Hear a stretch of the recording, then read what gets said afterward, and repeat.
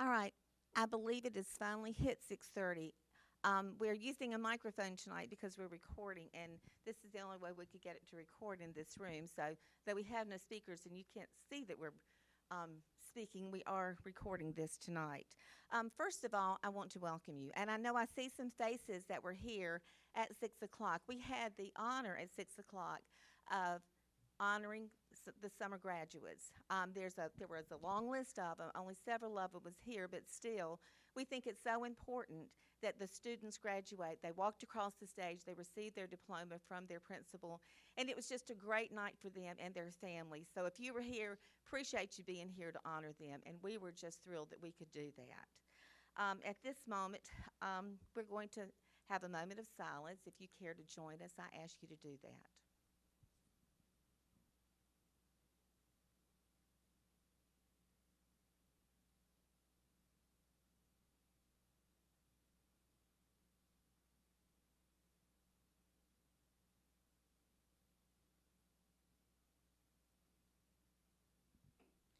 Amen. And now I ask you to stand with me, and we will have the Pledge of Allegiance. Attention, salute, pledge. I pledge allegiance to the flag of the United States of America and to the republic for which it stands, one nation, under God, indivisible, with liberty and justice for all.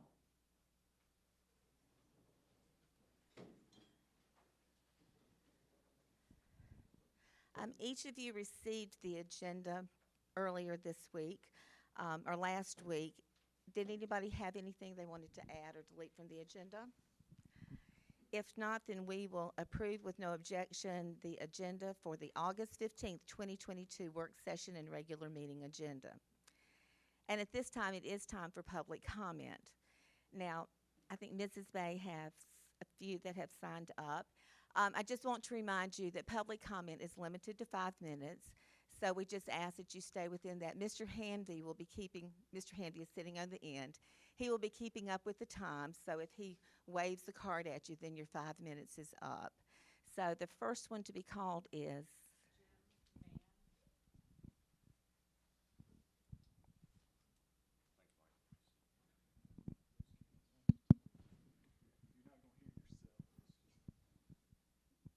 Good evening. I don't hear myself as right. I'm Jim Mann. I'm the vice chair of the Oconee County Republican Party. There has been some recent articles in the paper regarding a threatening song that was posted online by some middle grade students. I think they're coming into high school soon. And due to the articles in the paper and the way that it was perceived to be handled, there are a lot of parents who are concerned in Oconee County regarding this perceived threat. So I was hoping that tonight someone from the school board or the administration could at least give a more firm response to put at ease parents who are concerned about their kids attending school with potentially students that have posted known threats to faculty within the school. That's my comment.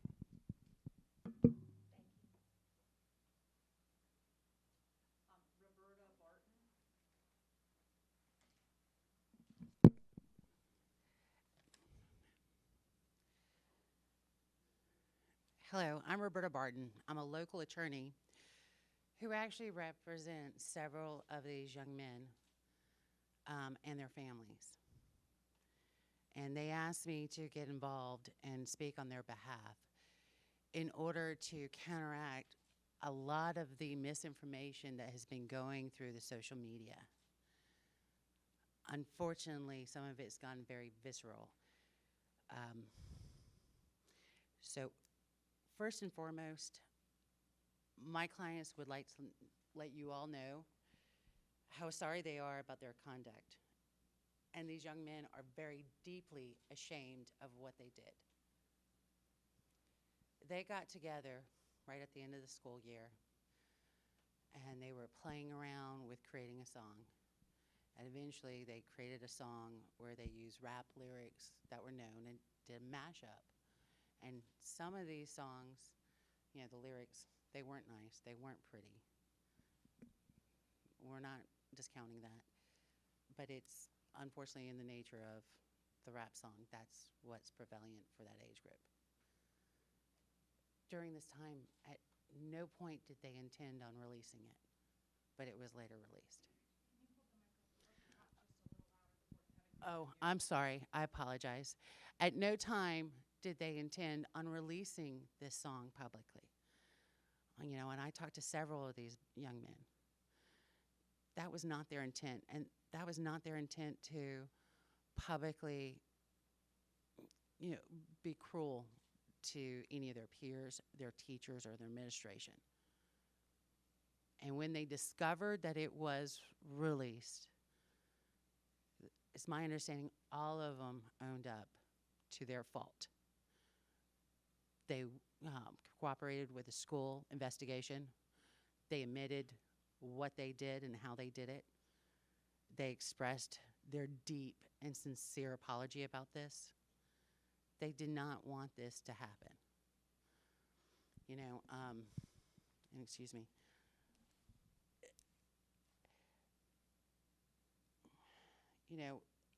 Beyond just being investigated by the school officials, they want it to be known that, some of them actually did get punished by the school, but all of them got punished by their parents. And all their parents were very proactive in making sure that their kids are doing the right thing. They acted just like what you would do in the same scenario. They didn't like what their kids did, and they made sure their kids were accountable. Later, when someone contacted the FBI, they fully cooperated with the FBI. They didn't want to hide or try to mislead or misdirect. They fully cooperated. And it's my understanding that there was nothing that the FBI is going to pursue further. That's what my sources inform me, because there was no crime that was actually committed. They had no intent on releasing this. They're deeply sorry. Now, I wanted to mention that and call out, because the paper had called out, and identified Mr. Dixon and Mr. Crawford. And, I know one of these boys at least had the ability to personally apologize to these administrators, and they're great men. I've known Mr. Dixon from when my son was at that school. And they were so appreciative of the fact that these men accepted their apology. And the families all want all the teachers that were identified in the song to know that they are so deeply sorry on what involving them and identifying them in this. They did not want to cause any ill will or concern, and they're truly sorry. In fact, one of the young men had said that his most regrettable moment, beyond the fact that he actually participated in the song, was that he may never get the opportunity to apologize to these teachers. And I hope that if any of these teachers catch wind or they look out on the YouTube video, that they understand that they really would love to apologize in person and express their sincere regret. I think it's important that they know that, and they're truly sorry. Normally, because I'm representing a group of individuals, can I have just about 2 more minutes, please? Thank you. Normally, in these situations, these families would probably just keep quiet and do what they have to do, but there's been a lot of visceral on social media. I personally have been disappointed with some of the stuff that's called out, including the fact that, there's a particular post on the Seneca Journal's Facebook page that is actually calling out shooting these 14 and 15-year-old boys on site. That's what they're advocating. I'm sorry, I apologize. There's a posting on the Seneca website, that Facebook page, that is actually advocating shooting these 14 and 15-year-old boys at sight because of they created a song. So our hope is that by appearing here today and expressing their sincere apology about this and their regret about all this, that it can maybe hopefully lower the visceral and the chaos that's going on.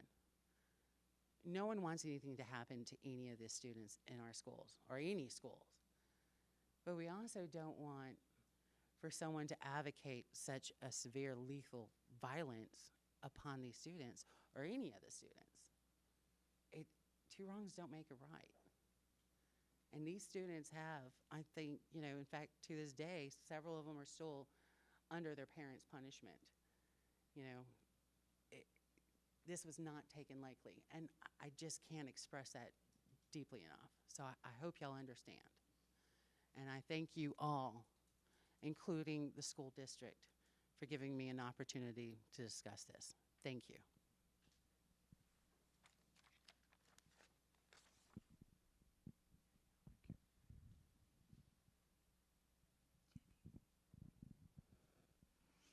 All right, and that's all for public comment. All right, thank you. At this time, I need an approval of the minutes from July 18th, 2022 work session regular board meeting. Received those earlier. Did anybody have any additions, changes? All right, then the minutes from the July 18th, 2022 work session regular board meeting are approved with no objection. And now, Dr. Thorsland, it is time for your report, please. Thank you, and I want to report on a couple of days, the last 2 Mondays actually, today and the one previous, but I've asked Dr. Blackwell, we'll get this on the agenda for future meetings, but after 2+ years of COVID where we've not had schools to come give school updates and reports, we want to start that back this year, and since we're down at West Oak, I called Dr. Blackwell and asked if he would be willing to share a little bit about their first day here, and as well as an exciting program that they've got starting this year. So I'm going to let Dr. Blackwell come first, and then I'll give just a brief update about those two things following his comments.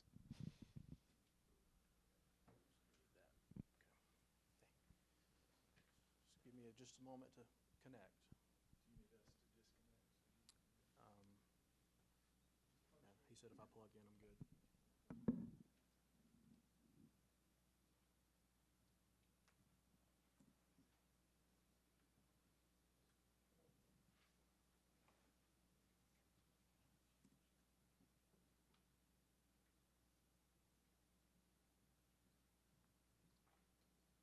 Forgive me, you guys are going to have to turn just a little to see some of it based on the setup of this room.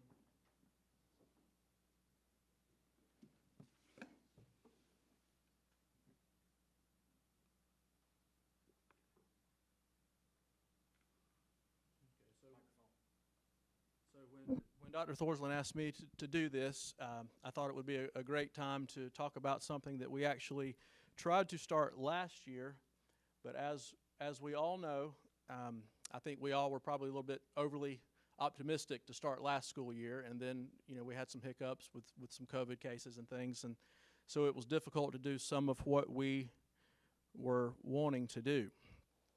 But we had started something that we were calling Thrive.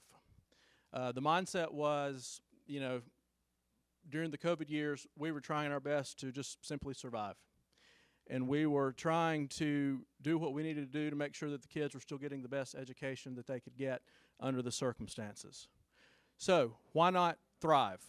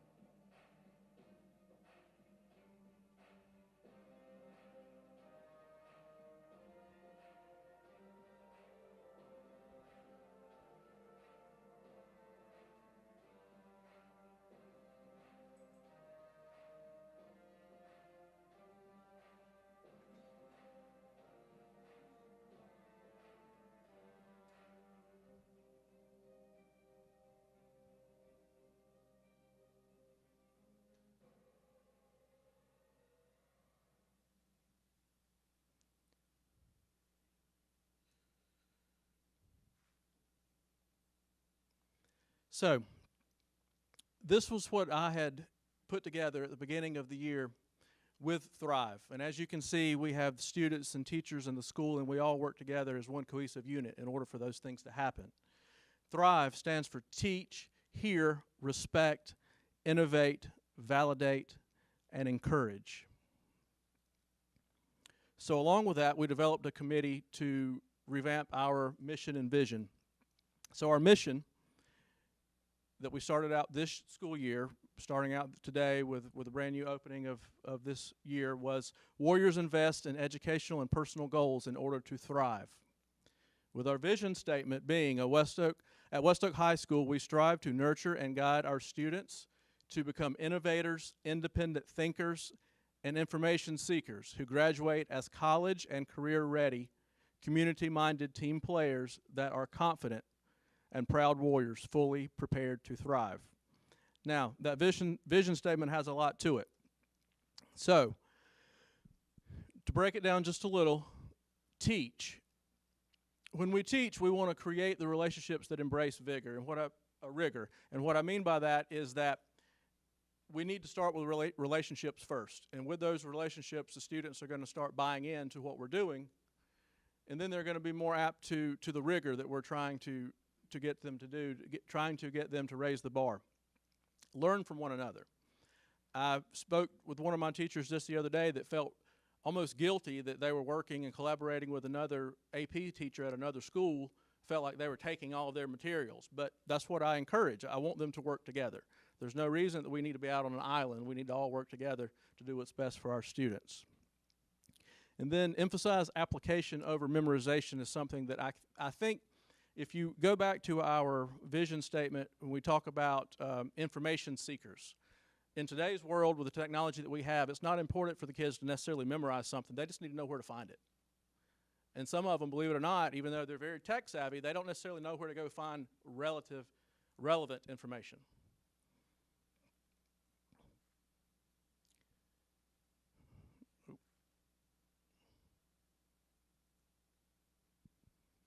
Here, increase engagement, ensure that all individuals feel heard, foster open communication. And what I mean by that is, it's one thing to listen to the kids, it's one thing to listen to the teachers, but they need to be heard. They need to feel like they're being heard so that we're all on the same page and that they know that we respect their ideas and where they're coming from on things. Respect. Extend that respect and receive respect. And it's something that we share with our teachers is anyone in education, and most of you that are parents know, there are kids that come from all different walks of life. And they may be 15 years old, but because of their circumstances, for all intents and purposes, they're an adult. They're having adult responsibilities. So that's one thing that we want to make sure that we understand so that it's not always, I'm the teacher, you have to do what I say. We need to extend that respect to them too. If they identify themselves as an adult, even if you don't think they are, you need to reach them and meet them where they are so that we can all be on the same page. And then just nurture good relationships that foster that respect. If you have a good relationship with those students, chances are they're going to respect you. Innovate. This is something that we've talked about as a district, but broaden the level of financial and communication literacy for all students. There's several things that we all have been doing to try to improve that. So that's one thing that we're focusing on. And challenge all to try new methods, new strategies, and new technologies. But at the same time, emphasize that the technology is great as a tool, but it shouldn't be your only mode of instruction. There's still a place for lecture. There's still a place for that conversation, that class discussion, the things that bring everyone together to work together. And then validate. Improve our graduation rate to 80%, and we're going to talk more about that in just a few minutes. And then instead of making students feel that they have failed, make them feel that they just haven't accomplished their goal yet. And if you just think about that for a minute, that's pretty powerful. Because they don't need to feel like a failure. Help students appreciate their talents and abilities.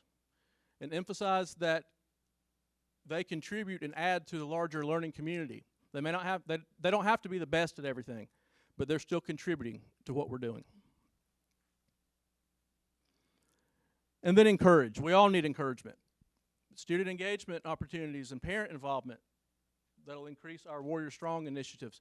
Last Friday night, we had our Warrior Welcome. It's where myself, West Oak High School, West Oak Middle, and then the 3 elementary schools, we all come together, and we host it here at West Oak High School. And it's a community event, free food, free games and activities, and we also recognize our fall sports teams and our band, things like that bring the community to get together. And we had a great turnout. This is the second year that we've done that here, and it was a great turnout. And then celebrate growth, no matter how small. It kind of goes back to what I was talking about a minute ago.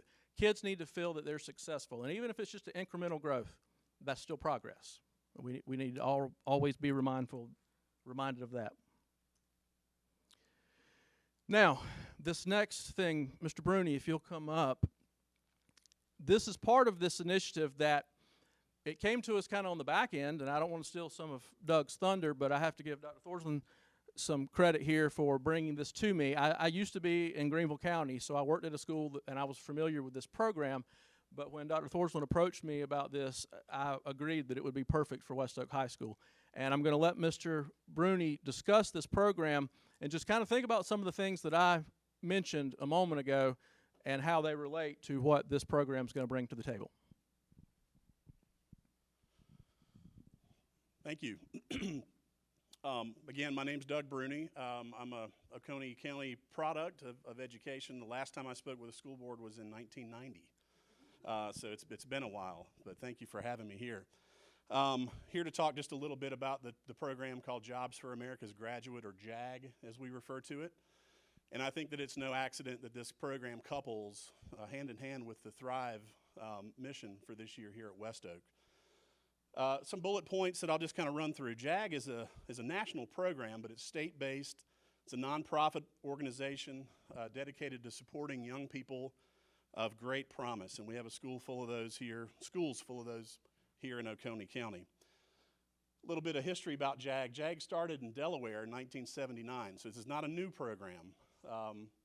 Came to South Carolina in 2005 and is present in about 25 schools statewide.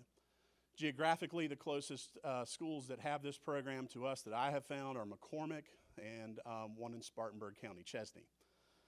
JAG South Carolina has launched about 3,500 seniors since the spring of 2009, with a very impressive graduation average of 97.37%.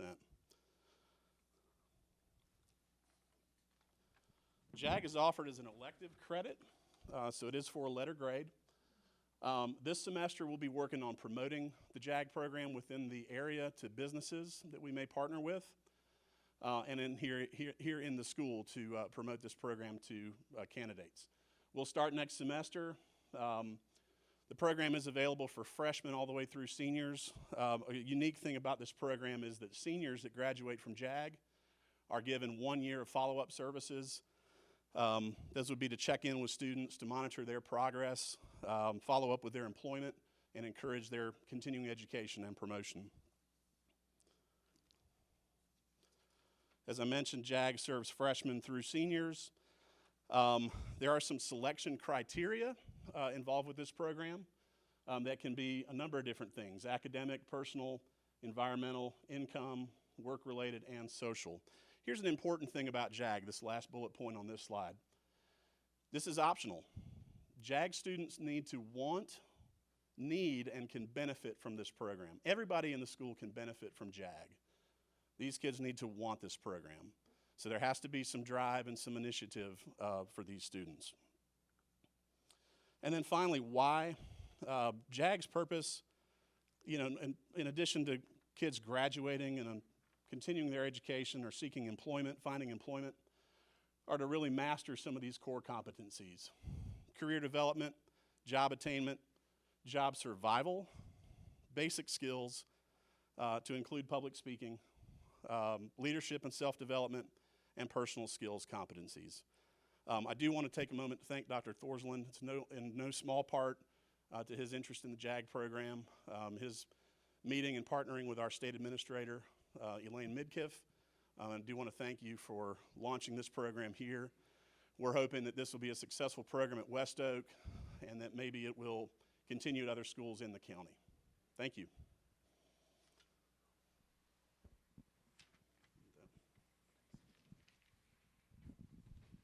Thank you, Dr. Blackwell and Mr. Bruni. We appreciate you sharing with us from West Oaks since we're down here today. And board members, you can look forward to other school highlights as we continue with board meetings throughout this school year. Just real quick words for me. I wanted to update you on the last 2 Mondays. Last Monday was our first official day in the building for our teachers and many of our staff members. And we decided to kick off the year a little bit differently.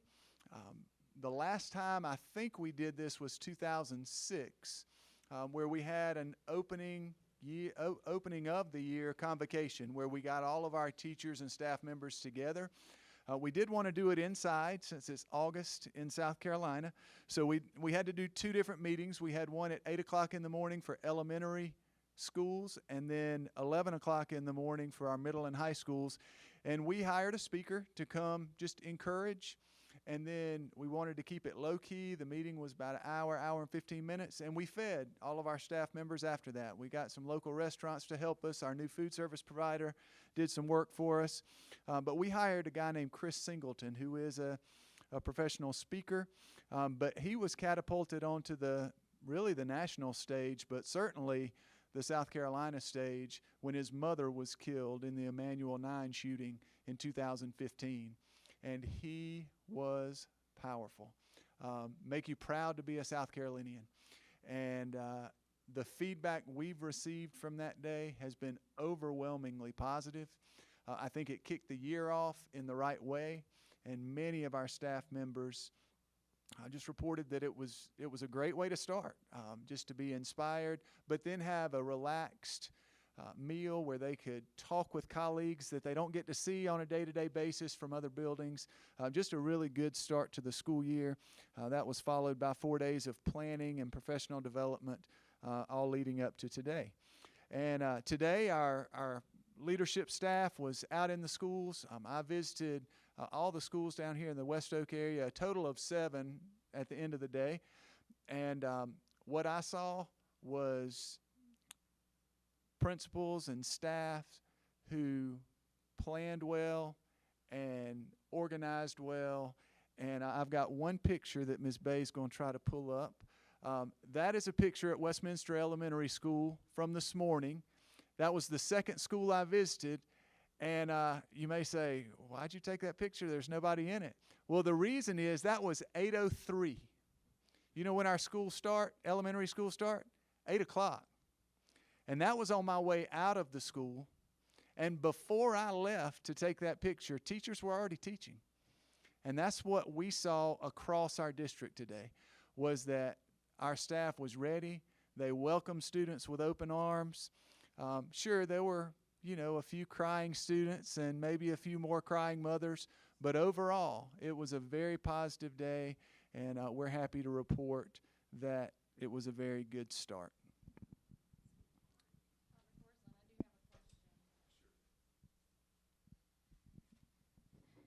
In light of why many parents are particularly possibly here and perhaps watching online, have you heard any concerns being the first day of school today opening? I do not follow social media closely, but I can say that I have not heard any concerns voiced to me from anyone other than what was spoken tonight. So I didn't see or hear concern. But again, I do understand that social media has been quite active. I don't look at that.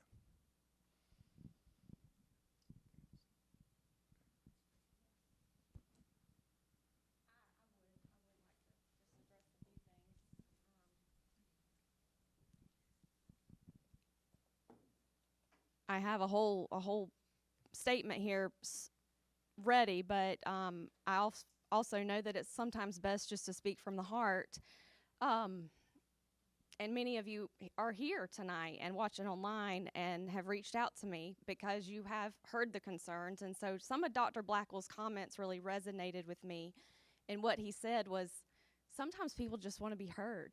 Our parents want to be heard. Our students want to be heard. And so that really kind of put it on my heart to go ahead and say some things, and that is that I appreciate all the messages that I've received. I sincerely take every single phone call and every single message very seriously. I was a classroom teacher, and I certainly understand going in and day out, being in charge of 100 students a day. I know that is a tough job. I currently have a niece and nephews and godchildren in our school system. So like you, I have a very vested interest in making sure that they are dropped off every single day and are safe when they go to school. Many want somebody to blame. We want to blame law enforcement. We want to blame the school district. We want to blame the parents. We want to blame the students. But at the end of the day, what are we missing? We have two very important questions that I would like to ask, and that's just for us to ponder. What is the root of the problem that is causing this? What is the root of the hatred? And even if they were kidding, I heard Ms. Burton say that they were very apologetic and they're very sorrowful. And I personally forgive them. That is up to them and their maker and them and their parents to address this moving forward. But I forgive them. So what causes them to do this? And then what are we going to do about it moving forward? So I'm not going to talk about specifics. This was handled. It was dealt with. But we cannot ignore whether this was a cry for help, and these were 4, 14, and 15-year-old boys just crying for help, because that's how things start. If it was a cry for help and we thank God got to it, then I'm thankful. I'm so thankful for that, because it prevented something more tragic and unfortunate. So there is a learning opportunity here, and I have not taken that lightly. There's a learning opportunity for everyone. I feel like sitting at these tables, students, law enforcement, us, the district leadership, I don't want us to learn these lessons the tough way and it be more tragic than it is. So I have not been able to share this, but last Sunday there was a prayer event at all of our 19 schools, and I want to tell you how amazing that was, because we prayed for the safety of our children going into a new school year. And thank you for those who came. Thank you for those who came and prayed. I can't tell you enough how wonderful it was to see our schools covered in prayer, because people, that is what is going to change our children's hearts. So in closing, I have responded to every single person, every single one of them, and I take that very, very, very hard.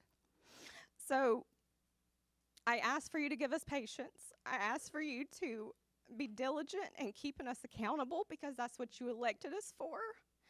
But I also appreciate operating in a very common sense approach and operating effective and transparent communication and following protocol at all times.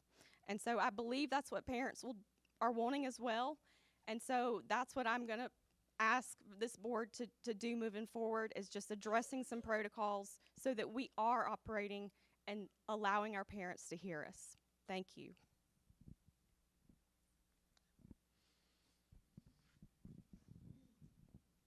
Did anyone have anything that they wanted to add to that? All right, and If you will, I will take the opportunity just, I guess, to kind of respond to Mr. Mann directly. I guess what I'd tell you is Mr. Hanvey and I have met with the school administration at Walhalla Middle School, Mr. Scott Dixon, and his staff, in our opinion, handled this exactly the way it should have been handled. As soon as the information was given to them, it was addressed promptly. Threat assessments were done, both in the school according to our protocols, as well as information was passed on to local law enforcement. It was handled appropriately, and there is a law called FERPA, Educational Privacy Act. We're not allowed to talk a whole lot about student information, including student discipline. If we had even a remote thought that there was going to be violence perpetrated at our school, do you really think we would let students come the next day? It's not like we want to see that happen. That is far-fetched, I can promise you.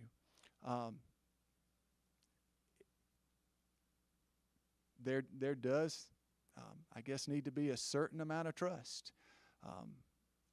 Mr. Dixon and his staff handled this. Mr. Hanvey and I met with them and went over the details of what took place and how it was handled. And we're satisfied that it was handled appropriately. And I can confidently say that, in my opinion and my colleagues' opinion, who are experienced in school administration, we do not think any student was in danger those last 2 days of school due to the occurrence that happened at the end of the school year there. So that's what I'd say. Thank you. All right, this time we're going to move on to our July financial report. Mr. Schickling will give you the floor.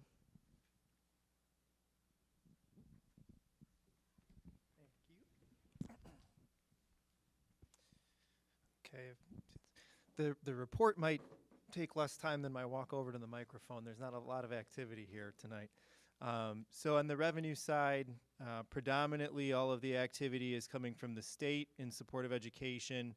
I know Ms. Moore spoke to the board in budget development about how the state was moving to a consolidated funding formula. So there were several line item revenues that have been consolidated, and so you'll see two larger figures there are funding formula aid payment received and then a transfer from EIA, which is a separate revenue stream from the state. And every year we do our transferability report and bring that into the general fund to fund operations. On the expense side, it's just the routine expenditures of the 12-month employees working in the various areas of the school district, and not a ton of purchasing activity. As you can see on the check report, above the $10,000 threshold, the majority of the sum of expense from July was startup money for the pupil activity funds in the various schools that where the student allocation formula would exceed that value, and then routine re-upping of some annual contracts for liability insurance, organizational dues, kind of annual payments. So exactly what you would expect to see. Are there any questions that I can answer for anybody on the board?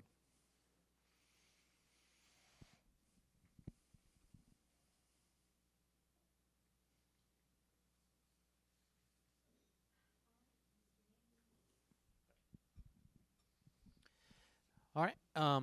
We are next going to present for information because it's not part of a policy or anything, but we wanted to share it with you guys. It's something we've been talking about for a little while, and Ms. Hughes and Ms. Dodd and a few other folks came up with a plan for us to go to a clear bag policy at our extracurricular events. A lot of neighboring districts are doing this. A lot of people are familiar with it from like Clemson games and that kind of thing. And it kind of follows that same protocol. So we would start this beginning this week with football games and volleyball matches and things that we have coming up starting for the fall sports. But we would like to implement this where we're limiting them to a clear bag. It's got the dimensions 12 by 12 by 6. It does allow for the smaller purse clutch, I think is what you all call them, type bags to carry in. And so we just think this will help us as we continue to look at ways to make sure that we are keeping our district as safe as possible. So. Anybody have any questions? I think that a couple of schools have already implemented it, some scrimmages and things, and it's gone okay based on what I can tell. We did have someone ask about adjusting the size of the bag, but what they requested was a little bit much, so we're going to leave it at what we have at this point if everybody's in agreement. So, but that will begin this week.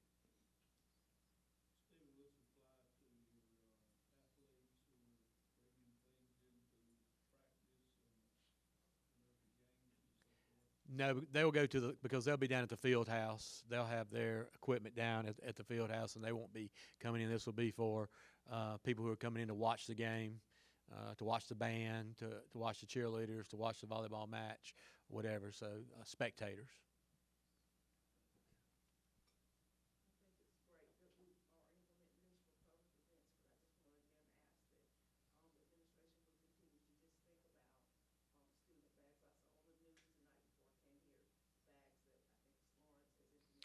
Lawrence has clear bags that I think they purchased for the student body there. So, okay, all right. Okay. I'm next up. Okay.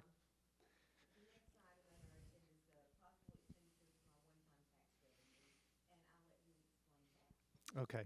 Just so that makes the record, it's the possible expenditures from one-time tax revenue. So we have received an influx of revenue, and it's predominantly from an assessment challenge for one of our businesses here. And the county had reserved that funding to make sure that the money was due to the district. So in looking at that, there are several items that we have identified in conversations between operations, finance, technology, different areas of the district, that we believe are generally one-time expenditures, and many of them would have been coming out of capital funding that could be contingency for construction or capital improvement projects. So we've identified those there as potential one-time expenses, and then the residual amount that would not be spent on those improvements or modifications, we would propose that goes to general fund balance. And we do have a policy where we require 20% of general operating fund balance. So a $5.5 million budget increase from year to year would require us to have over $1 million of general fund balance in reserve regardless. So then we can make decisions with how to best allocate that funding in the future. The amount at the bottom, so 1.6. Mm-hmm.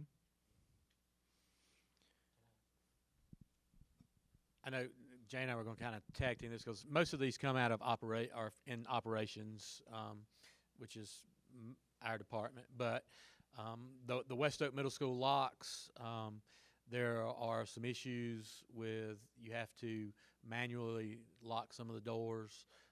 You can't set it locked and have it stay locked the whole time. So if a kid gets up and is going to the restroom out of that class, they have to unlock the door, go out, and they would be responsible, or the teacher's got to go back and lock it back. Only school in the district that has this, so we would like to get that done, and we will do the work ourselves, but to buy the locks that we need for those rooms. There's like 60 rooms that would be.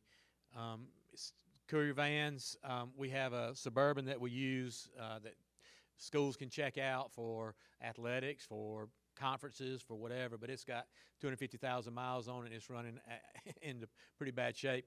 What we had hoped to do was to get 3 of the 8-9 passenger vans where like a tennis team could go, and you don't need a bus driver because we have issues getting bus drivers for athletics. A golf team could go. Teachers who were going to visit another school with their principal to look over a program could go. People who were going to a State Department meeting in Columbia could ride together, and that kind of thing. So that's where that came up to help us with those areas. The tennis court estimate is a bid to repair the cracks and refurbish all 3 high schools' tennis courts. Tennis courts are a monster for us. They're just hard to maintain. Depending upon the asphalt you have beneath the surface, it creates a lot of problems. So all of ours need work. When somebody hits a ball and it hits a crack and it makes it go a different way, that's really not fair for the kid that they're hitting it with. So all those need work, and we would do that over a couple month process because it has to be warm weather. And then finally, we had our technology department had been meeting with principals and folks, and we wanted to have one visitor management system in the district. Depending upon which school you went into, you might have something completely different. One, you have to show your driver's license and run it through a machine, and it scans and checks the offenders registry and all those kind of things. Another may be you show your ID and you get a sticky that puts you on there, so you can walk down the hallway and kids will know that you're identified as a visitor. So we have already decided we're going with IdentiKid as that system, and now all our schools will have the same system. It will check immediately to see if somebody's on one of the offender registries and that, so we would know that right away. And it also helps us track our visitors and go, so we are appreciative of any help we can get on these items from the money we have.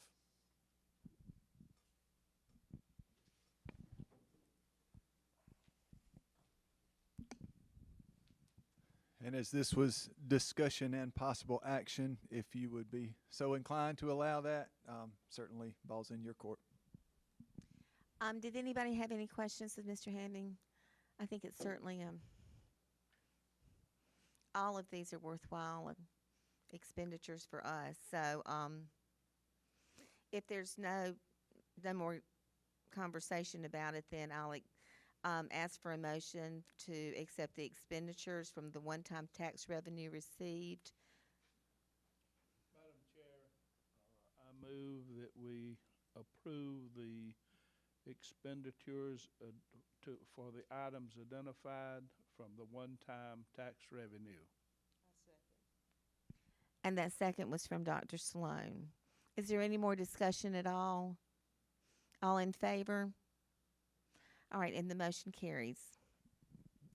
The next discussion is policy JICJ-R, possession, use of electronic communication devices in school, the administrative rule. And again, Mr. Hanvey. And really, you've already approved this policy. We went through 3 readings, but there was another section in our online policy manual where I didn't do a good job of getting it updated to go along with the other 3 pages that it was already on.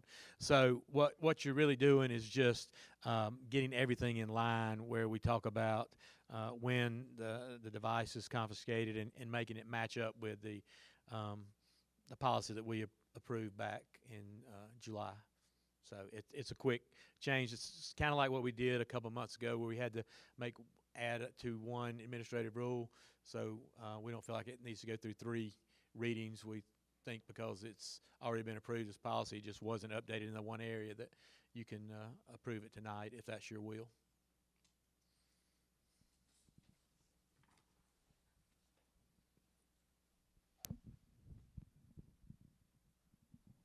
All right, did everyone have a chance to review this policy? Or this actually it's administrative rule? Were there any questions at all from Mr. Handy or anyone else? Actually, you just changed first to third. Right. And it goes along with the policy that we passed. Right. Any other comments, questions?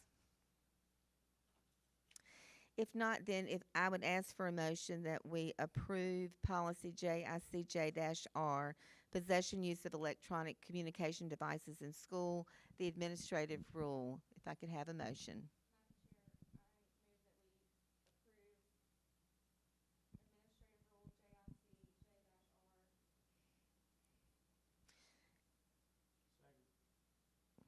And that was Dr. Ketterman and Mr. Herring. So any more conversation at all on this? All in favor? All right, thank you.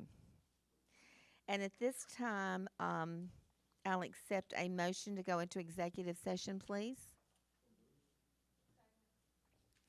So we will adjourn now for executive session for personnel items, employment recommendations and changes, and also a legal advice to us regarding an employee hearing. So at this time, the open session is over. We will be going into executive session. If you would like to stay around, we'll be coming out of executive session after a while. And I thank each of you for being here tonight and for having concerns about your school district. Thank you.